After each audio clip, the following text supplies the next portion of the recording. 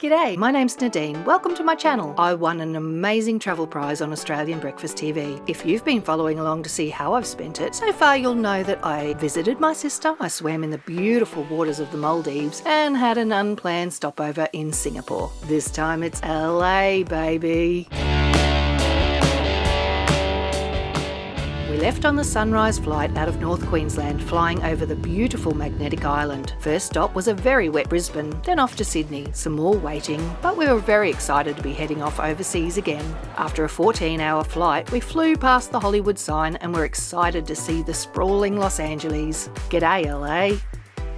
Going through security was a relatively quick process and we caught a cab to the hotel. This was expensive, but something we tend to do to familiarise ourselves with the location. It was surprisingly warm considering it was the end of February, gorgeous blue skies and sunshine. We stayed in the Hotel Roosevelt. It hosted the first Academy Awards back in 1929.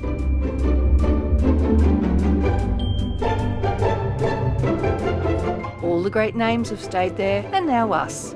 This hotel is smack bang right in the middle of the Hollywood Walk of Fame. We stayed in the tower in one of the King Suites. The separate lounge room was great for relaxing when you weren't strolling the Walk of Fame. There was a gorgeous, comfortable brown leather lounge, dining facilities, and a minibar. The window was a great vantage point for looking out over the Walk of Fame. I enjoyed the people watching. No matter what time of night, there was always someone to see. The bathroom was nice, bright, white and clean, in the same Art Deco style as the rest of the hotel.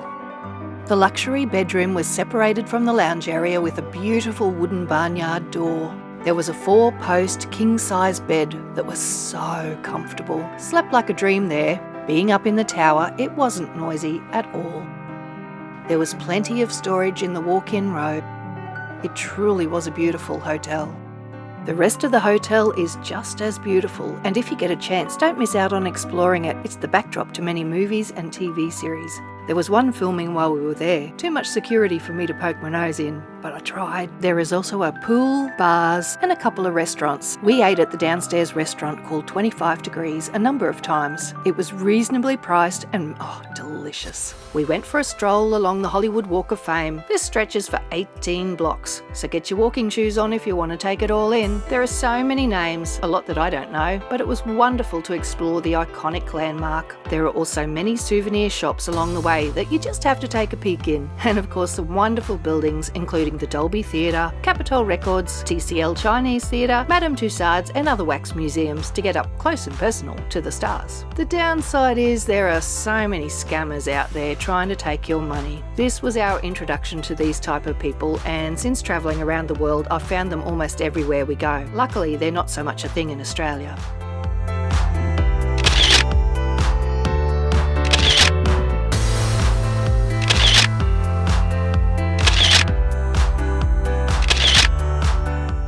The following day we joined one of those, a bit tacky Hollywood tours, but I thoroughly enjoyed it. We drove through Beverly Hills, which is a quiet neighbourhood where only 35,000 people are allowed. There were lots of hedges, obviously for privacy from these tours. You can't make much noise, and we learnt that you can't buy or smoke tobacco. Nice. You can't make too much noise, so you cannot smoke it, except in your home.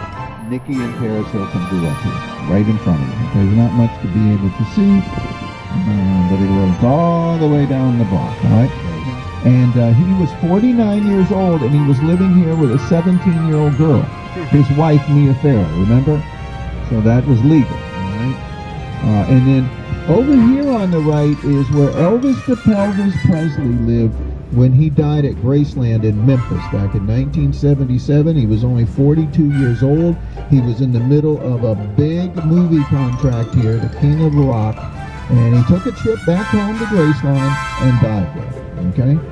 And this was eventually bought by Telly Savalas. You remember Telly? He was a Buddhist. That's why the Buddhists are there. And he actually passed away, and his family owns the property now.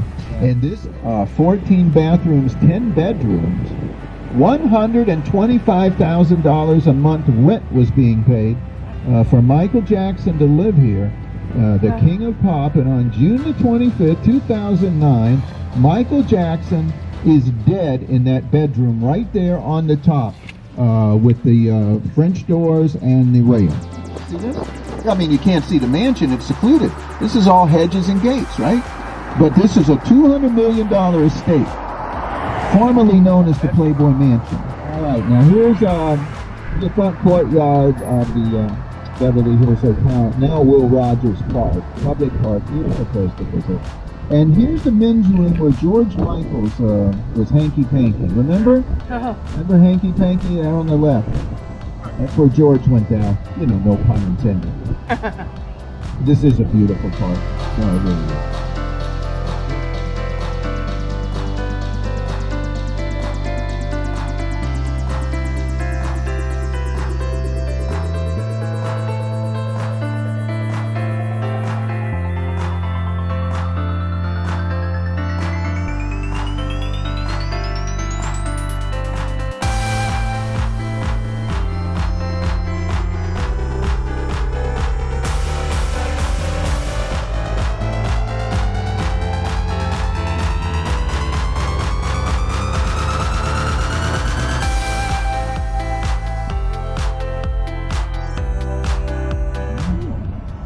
Their turn.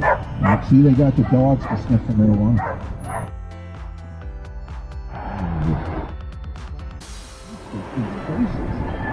You know, people say, oh, we're not going to see that celebrity. Oh, I catch them all the time. You just saw Kelsey Grammer 2 weeks ago from Frasier. Sometimes they're hard to recognize because, you know, maybe it grew a beard, they got sunglasses, you know. But they're there. That's where the Menendez brothers had cheesecake right before they went home and murdered their parents, remember?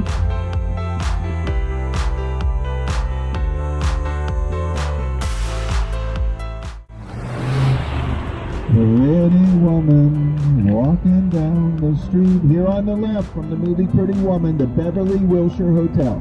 Richard Gere, Julia Roberts, 1991. This is where they fell in love.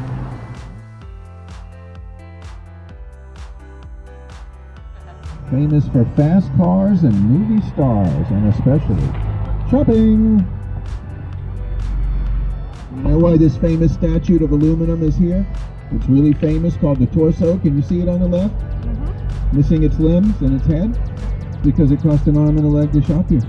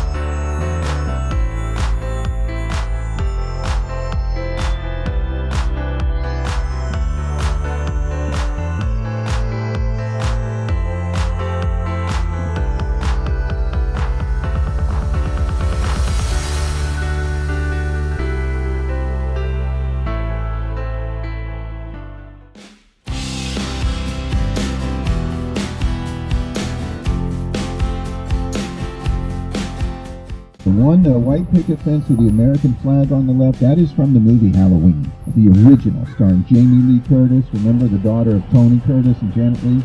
That is exactly where the movie was shot, the exterior. This one's the original. This is authentic exterior in the movie. 1, 2, Freddy's coming for you. Wes Craven, 1984, The Nightmare on Elm Street. Whatever you do not go to sleep.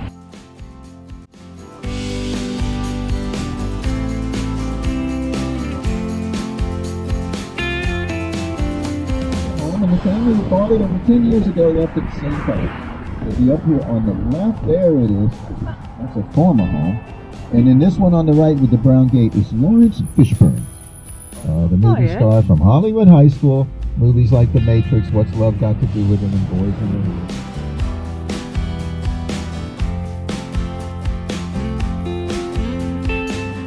He used to sleep in a coffin here. He used to have a Black Panther, just like the movie.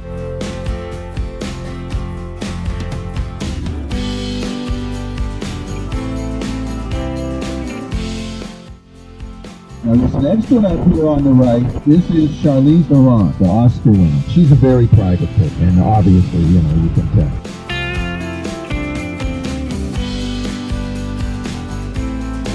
Now that house right up there on the top with full of glass and a sharp edge to the roof, that was Justin Bieber's former home.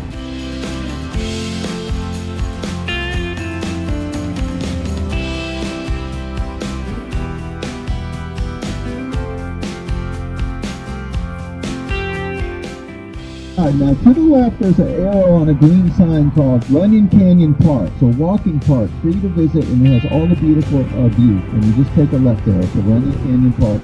That was Outpost Road. This is Mohan Drive.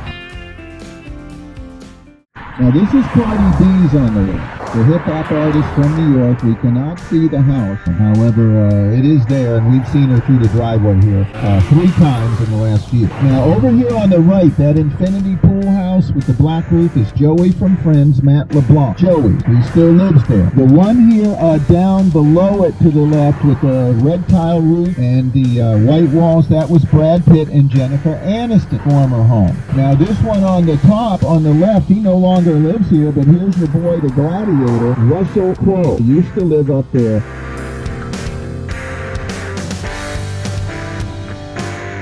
It was strictly a giant real estate billboard that went viral. That's all. But everyone was so impressed. The West was coming. The future was here in the West. This was the catalyst that finished the job to convince people to come. The railroad, the water, and the sign. The movies came after the water, after the railroad, and after the sign. The Beatles' first performance in America was at the Hollywood Bowl.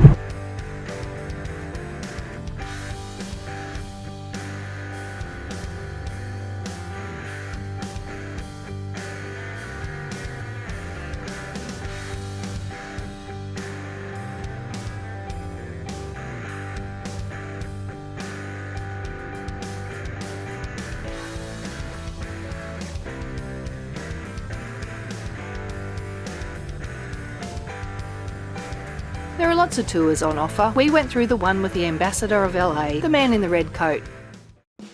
While in Hollywood, you just have to strut your stuff along Beverly Hills Rodeo Drive. I was wearing a dress from the thrift shop and Jay had on what we Aussies call thongs. What do you call this type of footwear where you live? We window shopped what we couldn't afford and were laughing at some of the window exhibits. All up though, we had a great day.